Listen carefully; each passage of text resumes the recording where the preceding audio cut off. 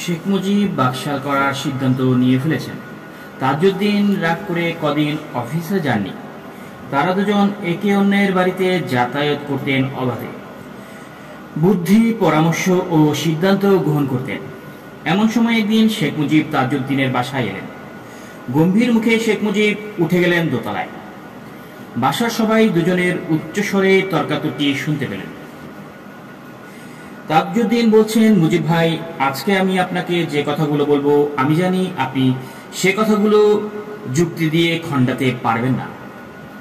গণতন্ত্রকে হত্যা করে সব রাজনৈতিক দল নিষিদ্ধ করে একমাত্র রাজনৈতিক দল বাকশাল গঠন করার পরিণাম হবে ভয়াবহ। দলের হাতে অস্ত্র, দলীয় ক্যাডারদের আইন শৃঙ্খলা রক্ষায় বাধা সৃষ্টি ও সাধারণ মানুষকে অধিকার থেকে বঞ্চিত করে আত্মীয় স্বজন ও দলের প্রভাবশালী লোকেরা অন্যায় সুবিধা নিচ্ছে। মুজিব ভাই, এজন্য কি আমরা 24 বছর সংগ্রাম করেছিলাম? যেভাবে দেশ চলছে তাতে একসময় যখন আপনিও থাকবেন না, আমরাও থাকবো না, তখন দেশ চলে যাবে রাজাকার আলবদরের হাতে। 26 অক্টোবর 1974 তাজউদ্দিন পদত্যাগ করলেন। পদত্যাগপত্রে স্বাক্ষর দিয়ে অফিস থেকে ফোন করে স্ত্রীকে জানালেন, লিলি, আমি মন্ত্রিসভা থেকে পদত্যাগ করেছি। 12টা বেজে 22 মিনিটে আমি পদত্যাগপত্রে সই করেছি। তাজউদ্দিনের স্ত্রী 72 সাল থেকেই তাকে বলতেন তিনি মন্ত্রিসভায় বেশি দিন টিকতে পারবেন না, তাকে কাজ করতে দেওয়া হবে না। দুপুর 1টার কিছু পর তাজউদ্দিন সরকারি বাসায় ফিরে এলেন বন্ধু আরহাম সিদ্দিকীর গাড়ি করে। নিজের জন্য সরকারি গাড়ি ব্যবহার বন্ধ করলেন পদত্যাগের সঙ্গে সঙ্গে। তাজউদ্দিন বাসায় ফিরে আসার পরপরই তার বাড়ি লোকে লোকারণ্য হয়ে গেল।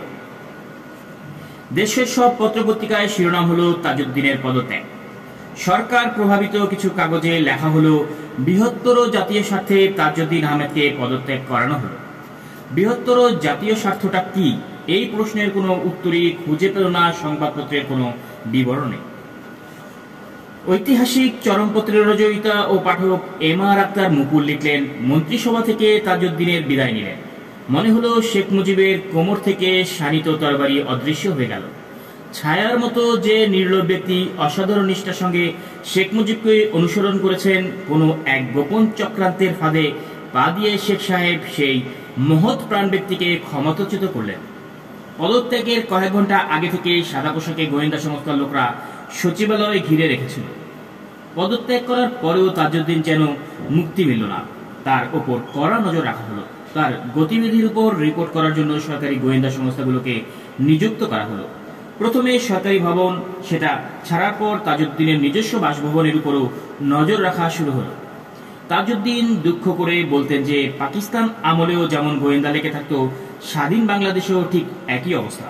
বাস্তবে পাকিস্তান থেকে ভৌগোলিক ও রাজনৈতিক স্বাধীনতা অর্জন করলেও বাংলাদেশের রাজনৈতিক ও প্রশাসন পাকিস্তানের স্বৈরতান্ত্রিক চরিত্র ও মানসিকতা থেকে বেরিয়ে আসতে পারেনি। শেখ মুজিব বাস্তবিক তাজউদ্দিনকে ত্যাগ করেছিলেন। পরবর্তীকালে যে বাকশাল গঠন করা হয় সেখানে তাকে কোনো গুরুত্বপূর্ণ পদে তো নয়, কেন্দ্রীয় কমিটির সদস্য পদেও স্থান দেওয়া হয়নি।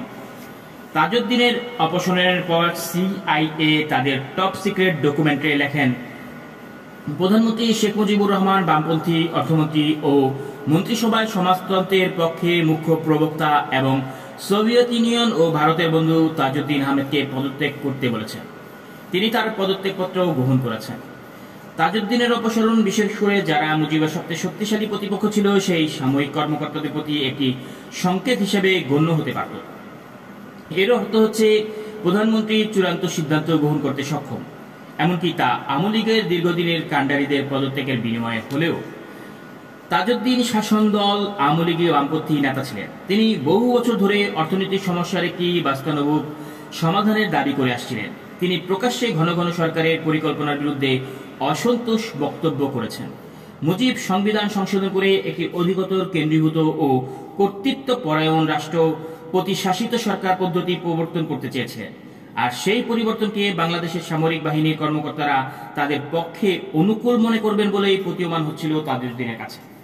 অবশ্য তাজউদ্দিন আহমেদ অপসারণের সম্ভাব্য একটি কারণ হতে পারে এই যে বাংলাদেশের জন্য পশ্চাত্যের দাতা দেশগুলোর একটি কনসোর্টিয়াম গঠনের উদ্যোগে তিনি বিরোধিতা করেছেন। মুজিব হয়তো ভেবেছেন যে মন্ত্রিসভায় তাজউদ্দিনের অব্যাহতি উপস্থিতি সাহায্য সংক্রান্ত আলাপ আলোচকে অপ্রয়োজনীয়ভাবে সমস্যার মধ্যে ফেলে দেবে।